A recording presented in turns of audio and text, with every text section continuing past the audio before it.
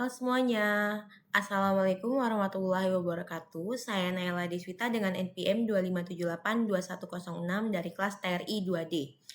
Oke, jadi pada video kali ini saya akan mempresentasikan modul 13 yaitu tentang ICMP ya teman-teman, atau Internet Control Message Protocol ya, di modul 13 ini. Jadi untuk gambaran besarnya di sini kita itu kayak apa ya, di sebuah jaringan ya, dalam sebuah jaringan kadang itu kan kita kayak ngalamin masalah kayak perangkat itu nggak bisa terhubung ya, internetnya itu nggak bisa diakses, atau paket datanya itu gagal sampai ke tujuan gitu. Nah, untuk membantu mendeteksi dan memberikan informasi mengenai masalah ini ya, itu tuh bisa dipakai atau digunakan untuk protokol ICMP ya. ICMP ini kayak bisa diibaratin sebagai alat diagnostik pada jaringan komputer ketika terjadi masalah. ICMP ini akan memberikan informasi mengenai apa yang terjadi sehingga administrator jaringan dapat lebih mudah melakukan troubleshooting atau pemecahan masalah ya.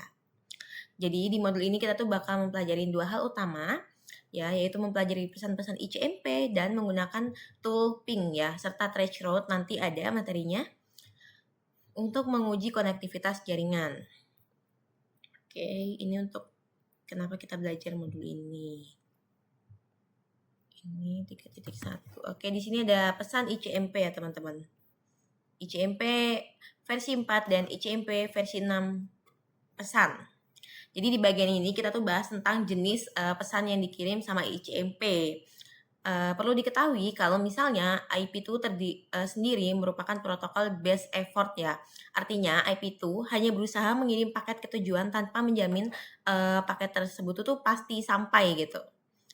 Nah, karena itulah diperlukan ICMP sebagai mekanisme pemberi informasi ketika suatu kondisi tertentu di jaringan. ICMP ini ya tersedia pada IP versi 4 maupun IP versi 6. Pada IP versi 4 disebut ICMP versi 4. Nah ya, di sini. Kemudian pada IP versi 6 disebut juga ICMP FV6 gitu. Walaupun memiliki fungsi hampir sama, ICMP memiliki beberapa fitur tambahan yang lebih lengkap ya dibandingkan ICMP versi 4.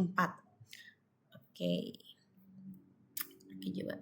Boleh kita translate dulu teman-teman. Ini di sini ada host, jangkauan host ya. Jadi jenis pesan pertama itu adalah host reachability atau pengecekan keterjangkauan host ya.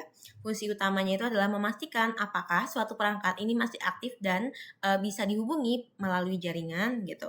Proses ini terjadi menggunakan dua jenis pesan yaitu echo request ya yang ini dan echo replay ya teman-teman. Jadi waktu saya jalanin perintah ping, komputer saya akan mengirim echo request ke perangkat tujuan. Ini adalah topologi. Kalau misalnya perangkat tujuan masih aktif dan bisa dijangkau, maka perangkat tersebut itu akan mengirim echo replay sebagai balasannya gitu. Jadi sebenarnya ketika kita mengetik perintah ping gitu ya, yang sedang bekerja di belakang layar itu adalah ICMP ya teman-teman. Saat demo sekarang saya akan melakukan ping ke perangkat tujuan misalnya. Kalau misalnya muncul replay berarti perangkat itu berhasil menerima pesan yang kita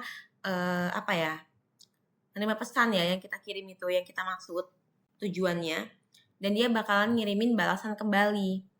Artinya koneksi jaringannya itu masih berjalan dengan baik seperti itu. Itu untuk ICMP replay. Kemudian tujuan atau layanan tidak dapat dijangkau. Kode destination uncredible untuk ICMP versi 4. Oke, adalah destination unreachable ya teman-teman. Pesan ini muncul tuh waktu paket data itu nggak bisa mencapai tujuan yang diinginkan. Jadi ada pesan kayak gini. Seperti itu. Penyebabnya tuh bisa bermacam-macam ya. Bersih tidak jangkau. Nih. Untuk penyebabnya sendiri itu kayak jaringan tujuan itu nggak tersedia, alamat IP-nya salah nih, yang paling saya sering ngerasain sih alamat IP salah biasanya.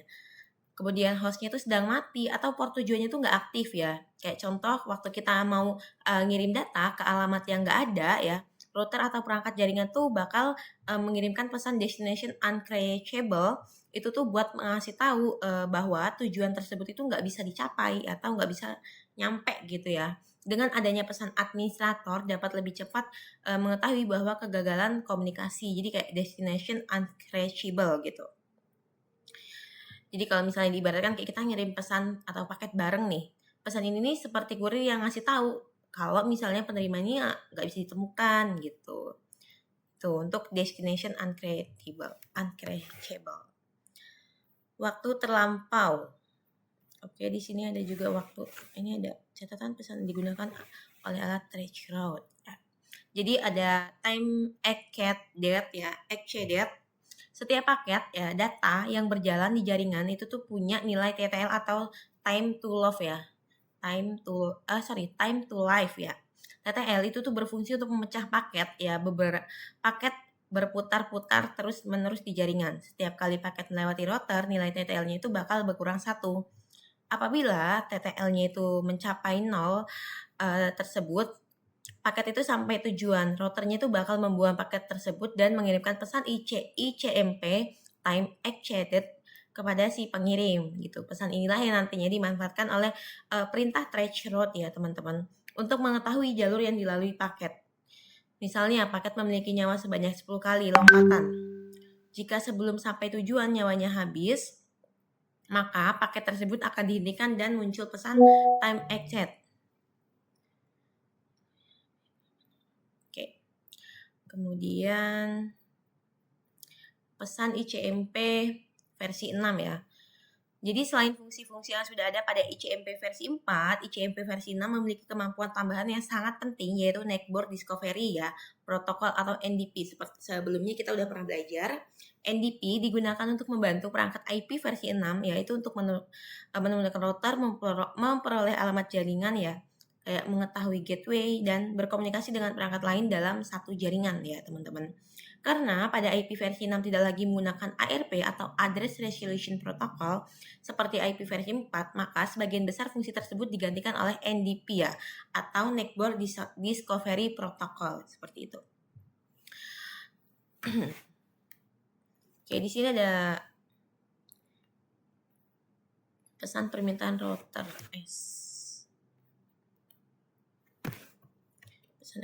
pesan NS, NA ya teman-teman. Jadi router solicitation itu adalah pesan yang dikirim oleh host ketika ingin mencari router IP versi 6 yang tersedia, yang ada. Ketika perangkatnya baru terhubung ke jaringan, perangkat tersebut bisa mengirim pesan RS untuk meminta informasi jaringan. Analoginya kayak mahasiswa itu baru bertanya sama si petugas kampus gitu ya, kayak ruang kelas saya ada di mana gitu misalnya. Kemudian mana tadi? RS, RA ya teman-teman. RA, RS nih. NS, NA. Kalau RA atau router advertisement RA ya, itu adalah balasan dari router terhadap router RS ya. Melalui pesan ini ya, routernya itu kayak ngasih informasi kayak prefix, IP versi 6, kemudian gateway default, domain name system, dan informasi lain yang diperlukan sama host. Dengan informasi tersebut, perangkat dapat melakukan konfirmasi alamat IP versi 6 secara otomatis menggunakan Slack ya teman-teman. Kemudian ada NS di sini, Network Discovery, Network Solicitation ya teman-teman. Itu tuh digunakan untuk mencari alamat layer 2 dari perangkat lain atau memeriksa apakah alamat IP versi 6 tertentu sedang digunakan misalnya. Kemudian ada NA yaitu Network Advertisement NA, yaitu merupakan balasan dari Network Solicitation. Melalui pesan ini, perangkat itu bisa mengirimkan informasi yang dibutuhkan oleh perangkat lain. Kemudian ada ping ya di sini. Oke, ini sudah saya kerjakan.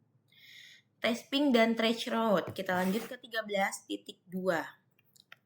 Ping ya, uji konektivitas. Jadi kita tuh masuk ke penggunaan tool ping nih. Ping itu kan merupakan salah satu tool ya, troubleshooting ya, yang paling sering digunakan oleh administrator jaringan. Atau kayak kita lah contohnya, kita juga sering mengecek ping itu kayak apakah suatu paket data ini sudah terkirim gitu. Jadi kayak fungsi utama ping ini kayak nguji apakah perangkatnya bisa saling berkomunikasi ataukah belum gitu ya. Selain itu ping juga bisa digunakan untuk mengukur waktu perjalanan paket dari pengirim ke penerima dan kembali lagi. Kurang lebih seperti itu. Ping loopback ya. Sebelum menguji perangkat lain, kita bisa menguji perangkat kita sendiri pakai alamat loopback ya. Untuk IP versi 4 itu digunakan alamat 127.0.0.1, sedangkan IP versi 6 menggunakan .2.21. Tujuan pengujian ini itu tuh adalah memastikan bahwa protokol TCP atau IP pada komputer berjalan dengan baik. Ya, jadi pingnya di sini 127.0.0 ya. Kalau muncul replay berarti TCP atau IP di komputernya ini udah berfungsi dengan baik gitu. Oke, ini ada gambarnya ya teman-teman, contoh. Kemudian ping gateway default. Jadi gateway default biasanya itu apa ya, kayak router yang menghubungkan jaringan lokal dengan jaringan lain. Kalau misalnya ping ke gateway berhasil, maka bisa disimpulkan bahwa koneksi antara komputer dan router itu bisa berjalan normal ya. Kayak ping 192.168.1.1 misalnya. Oke, ini ada gambarnya ya teman-teman. Karena gateway-nya itu berhasil merespon, berarti komunikasi pada jaringan lokal berjalan dengan baik gitu ya. Ini tools ping ya teman-teman. Ping host jarak jauh. Abis berhasil menghubungi gateway, kita tuh bisa mencoba menghubungi host yang berada di luar jaringan lokal ya. Misalnya menggunakan DNS Google, ping 8888. Kalau misalnya ping berhasil, berarti jalur komunikasi dari komputer menuju internet berjalan dengan baik ya teman-teman, seperti itu. Kemudian ada threshold atau uji jalur ya teman-teman. Beda sama ping yang cuma ngasih tahu berhasil atau gagalnya ya. Threshold ini kayak kasih informasi, kayak jalur paket, kayak kita dari sini ke sini tuh lewat mana aja sih gitu, lewat jaringan apa aja sih. Saya nangkepnya gitu sih dari yang saya tahu. Jadi kayak setiap router yang dilewati itu akan ditampilkan sebagai hop ya. Dengan melihat daftar hop tersebut, kita tuh bisa tahu di mana lokasi kemungkinan terjadinya masalah. Contoh demo atau contoh ininya adalah traceroute.google.com misalnya. Jadi pada hasil traceroute ini kita tuh bisa ngelihat paket melewati beberapa router sebelum mencapai tujuan. Setiap baris menunjukkan satu hop dan satu router. Seperti itu.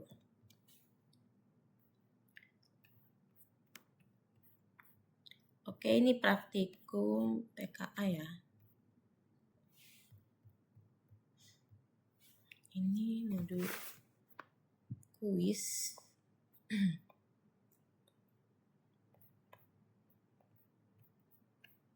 Oke, udah ya teman-teman, sudah selesai di ICMP. Jadi kayak kita tuh kayak apa ya, mempelajari ICMP itu sebagai protokol yang bantu kita mendeteksi dan memberikan informasi ketika terjadi masalah jaringan, kayak tadi destination host unreachable atau ping ya, dan lain-lainnya yang tadi sudah kita pelajari. Saya juga belajar penggunaan ping ini tuh bisa menguji konektivitas, threshold untuk melihat jalur yang dilewati, apa aja yang dilewati ya. Seperti itu. Jadi pakai tools ini tuh kita tuh jadi lebih mudah menemukan dan memperbaiki masalah konektivitas. Seperti itu. Oke, mungkin cukup sekian video presentasi penjelasan dari saya. Kurang lebihnya saya mohon maaf. Saya Nela Deswita, sampai jumpa di video-video selanjutnya. Saya akhiri, wassalamualaikum warahmatullahi wabarakatuh.